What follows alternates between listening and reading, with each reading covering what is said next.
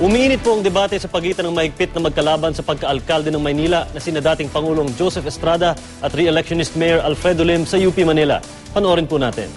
Sapat ang oras natin para pag-usapan po ang lahat ng sandila po. Hindi po sapat ang oras natin para magkaroon po ng sagutan at ang main focus po kasi namin ay gusto po namin pag-usapan ay tungkol po sa Ermita, sa Manila, kung saan po kami located. Tama po ba yon?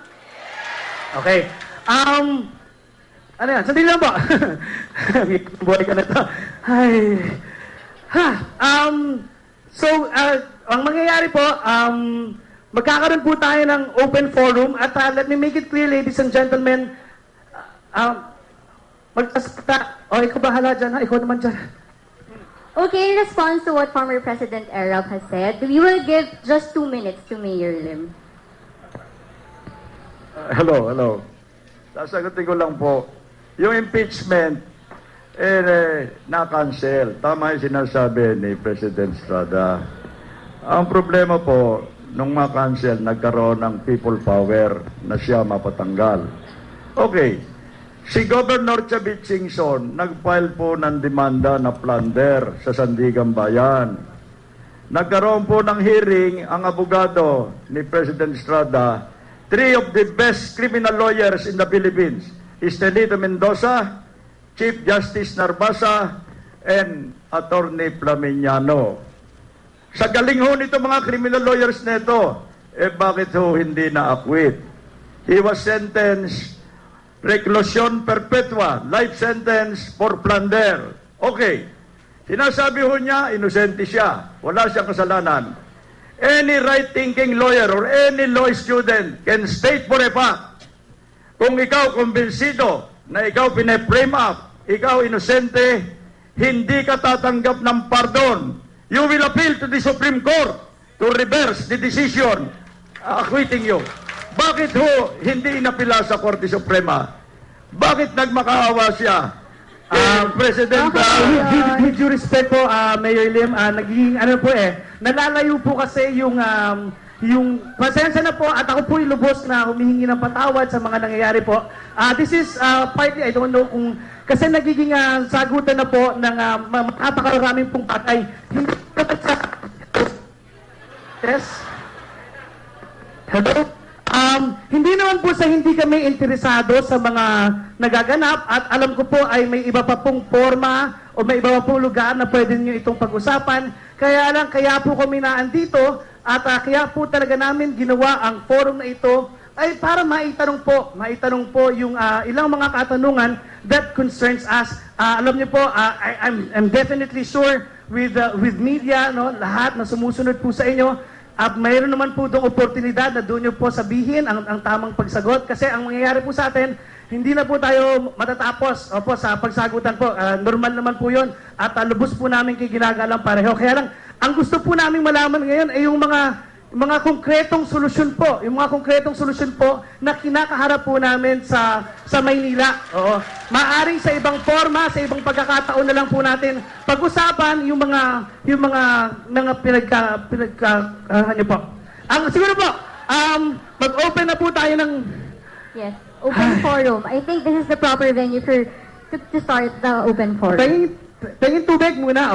Open forum po tayo. Umuli sinasabi ko po, hindi po kami pasensya na po. Okay. Ang first question po natin, ang guidelines po sa pagsagot ay... Okay, for the guidelines, number 1, everyone is entitled to 1 question and 1 follow-up only. Then, they would be allowed 5 minutes to answer the question. Then, third would be, questions should be directed to the speakers or to only one of them. Ayan, so, meron na po tayong maraming questions dito, pero we will be entertaining tayo due to time constraints. First off,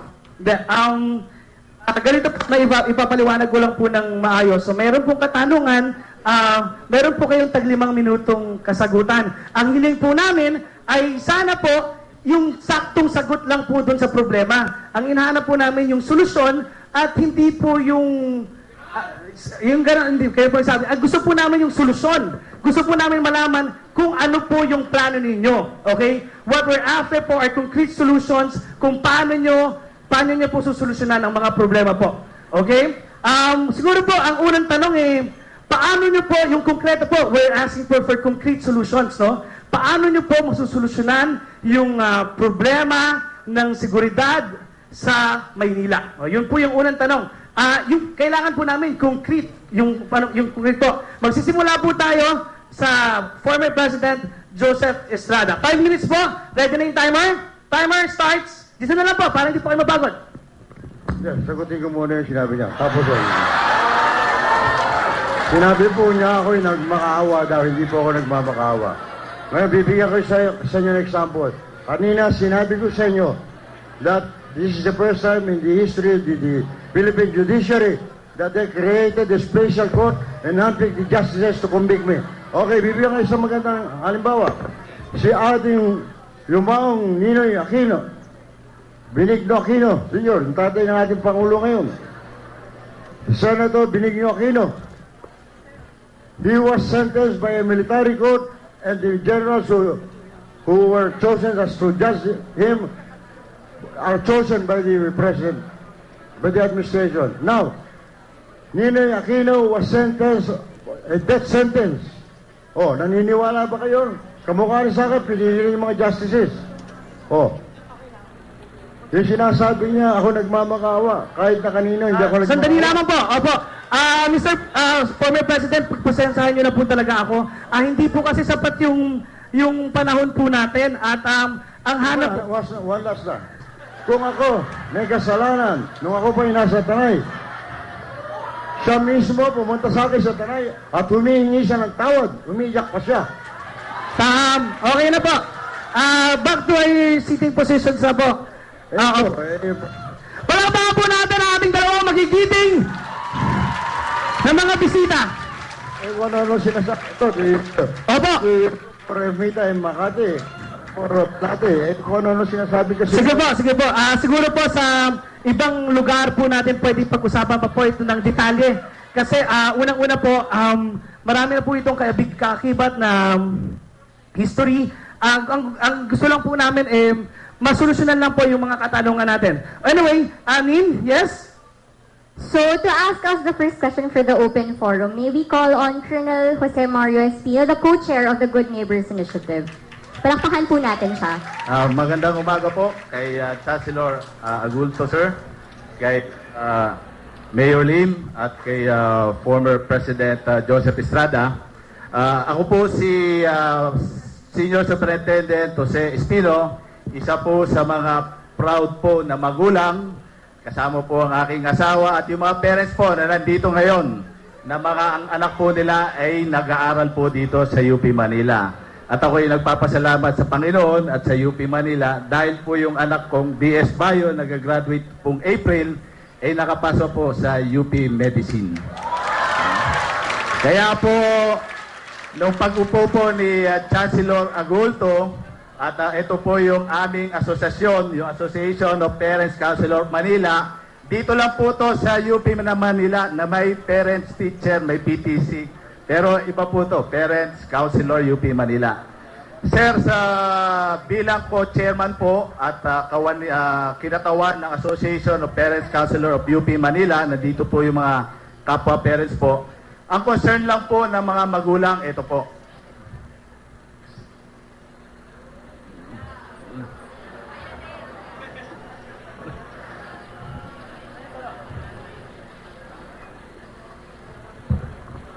Asan po yun? Ang katanungan po ay ganito. Inihiling po namin yung konkretong solusyon.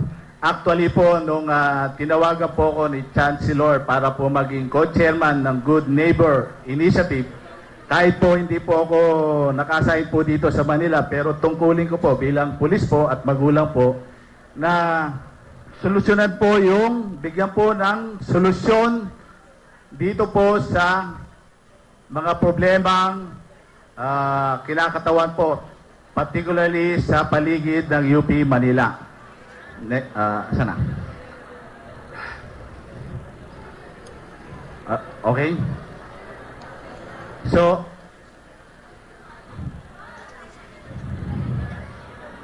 ano nangyari? Isa slide 2 Dun sa- slide 2. Sa pinakababa ng Next slide. slide. Next slide. Ayan. Baka kabisado nyo naman po yung tanong. Ito. So, ito po yung una, yung traffic obstruction caused by illegal sidewalk vendors, illegal terminals, PUJ, pedicabs, sidecars, street dwellers, sidewalk turn into motorcycle parking area. Panay po ang pakikipag-coordinate ko po sa ating mga station commander at nabibigyan po na solusyon.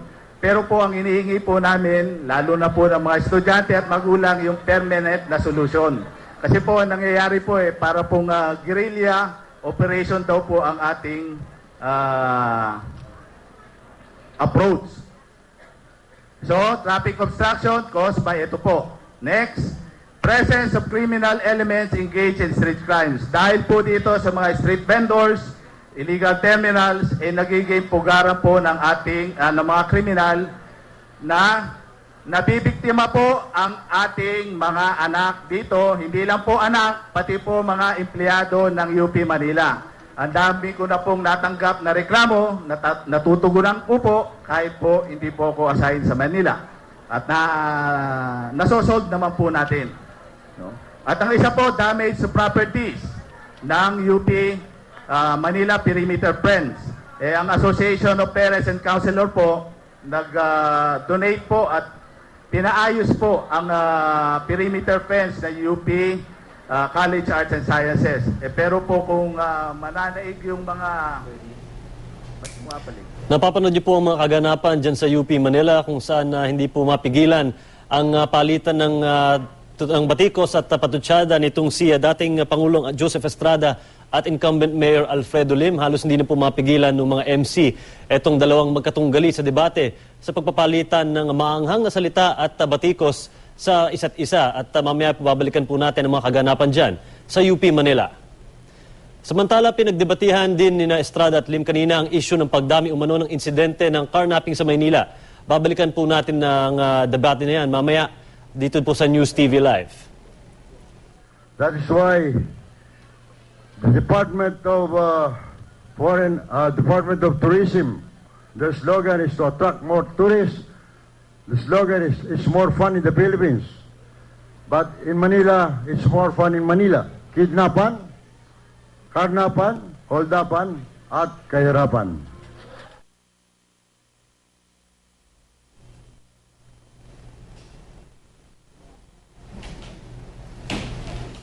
Si Gerald Gutierrez. Ano ba ito sinasabi sa dyaryo?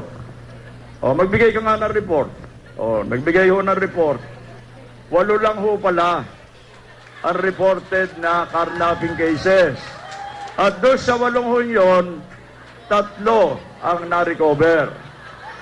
At yung iba, ito daw ho, ni-report ng mga bumili ng mga motorsiklo na hindi makabayad utang. Dahil kukumpiskahin, ang ginawa nag-report na nawala daw yung motorsiklo para magamit nila. Businesses and economic enterprises. Dito sa Ermita, maraming business establishment. Maraming street vendors, maraming sasakyan, maraming nakapark sa kalye. This economic activity should generate resources for the city through business. Wala pong babasahin. Ngayon yata ang parking fees dito sa Padre Paura, 20 pesos o